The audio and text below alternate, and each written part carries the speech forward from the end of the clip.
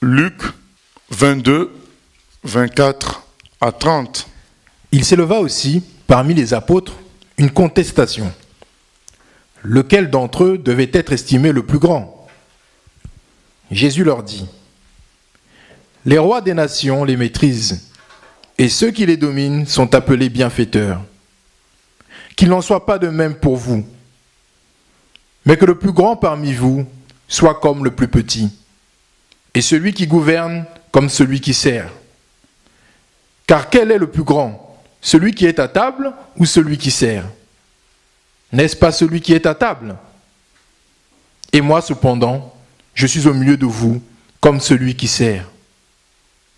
Vous êtes ceux qui ont persévéré avec moi dans mes épreuves. C'est pourquoi je dispose du royaume en votre faveur, comme mon Père en a disposé en ma faveur, afin que vous mangiez et buviez à ma table dans mon royaume, et que vous soyez assis sur des trônes pour juger les 12 tribus d'Israël.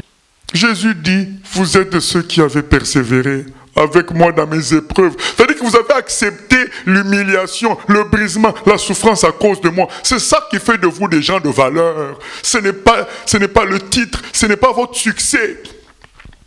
Quand ils sont venus dire à Jésus, nous avons fait des exploits, Jésus dit, c'est pas ça qui compte. Ce qui compte, c'est que vos noms soient écrits dans le livre de vie. Que vous me saisissiez comme sauveur, que je dirige vos vies, que je m'occupe de vous. C'est ça qui compte. Le salut, c'est de la grâce. Il suffit de s'humilier et prendre cette grâce en Christ tous les jours. Laisser Christ nous dominer et nous diriger. C'est ça qui compte. C'est pas les exploits que tu fais. Parce que ces exploits, c'est pas toi qui les fais. Qu'as-tu que tu n'aies reçu? Ce que tu fais là, c'est parce qu'on te l'a donné par quelqu'un. Ce n'est pas ton exploit. Ce sont les exploits du Saint-Esprit. Tu n'es qu'un instrument. Et Jésus dit, comme on vient de lire, je suis parmi vous comme celui qui sert. Pourtant, je suis le grand maître des grands maîtres. Je suis le roi des rois, seigneur des seigneurs. L'univers entier se prosterne devant moi, j'en suis le créateur, mais je suis au milieu de vous. Jésus nous donne l'exemple à suivre comme un serviteur, pas comme un chef.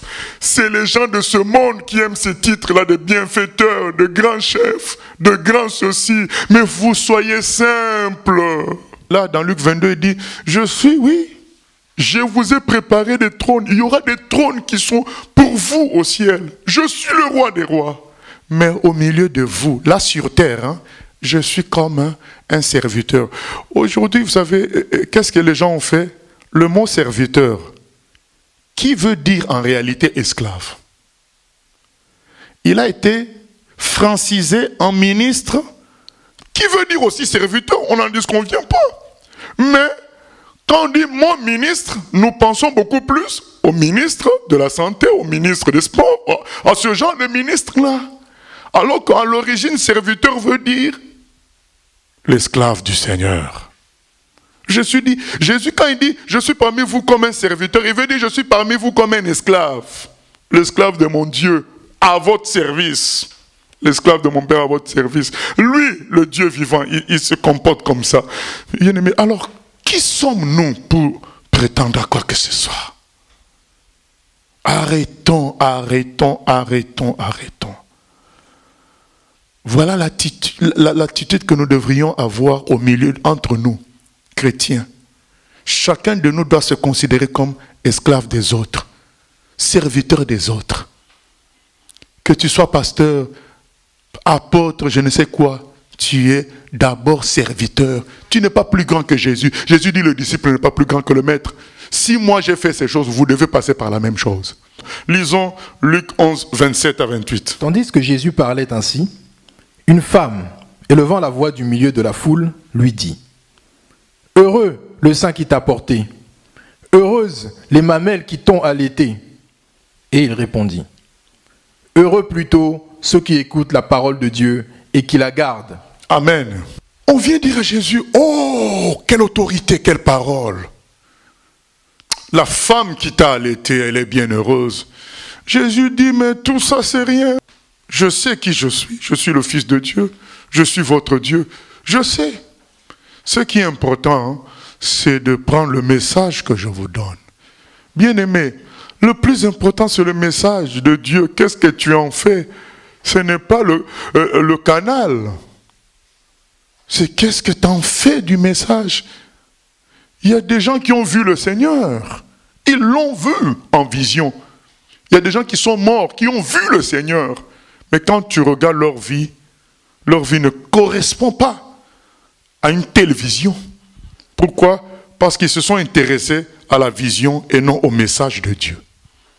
Jésus dit, intéressons-nous au message de Dieu. Vous voyez, Jésus ne prend pas part à cette pratique qui est d'élever, de vanter le messager. Il ne prend pas part à ça. À un moment, vous savez, il y a tellement de textes bien aimés. C'est comme si Dieu nous disait, retournez, lisez la parole. Retournez, lisez la parole. Ce texte-là de Luc 18 où le monsieur vient dire à Jésus, bon maître. Jésus dit, il n'y a que Dieu qui est bon. Jésus ne prend pas part. Pourtant, Jésus était bon, c'était vrai. Mais il sait qu'après lui, il y aura d'autres qui vont annoncer l'évangile. Mais eux, ces gens-là ne seraient pas parfaits comme lui. Alors, autant les éduquer à une attitude de simplicité. Il nous laisse ça pour nous. Comme quand il s'est fait baptiser. Lui, il n'en avait pas besoin, mais il le fait pour nous laisser un exemple. On dit, mais t'es un bon prédicateur. Stop, il n'y a que Dieu qui est bon. Je suis qu'un instrument. Je ne suis qu'un instrument. Et le plus important, madame, monsieur, c'est que tu saisisses le message de Dieu. Ce n'est pas que tu vois ma grandeur, mon éloquence. C'est le message de Dieu pour toi. Reviens à ce message. Prends ce message, mets-le en pratique. Et ce message, essentiellement, c'est quoi? C'est que Dieu nous aime au point qu'il a donné son Fils Jésus. Il suffit de s'accrocher à Jésus, de prendre tout Jésus, de manger Jésus. C'est ça qui nous donne le salut chaque jour, d'observer Jésus, de l'imiter, de considérer toutes ses paroles. C'est ça le message du Seigneur. Ce n'est pas de s'attarder sur nous les instruments. C'est Jésus qu'il faut saisir.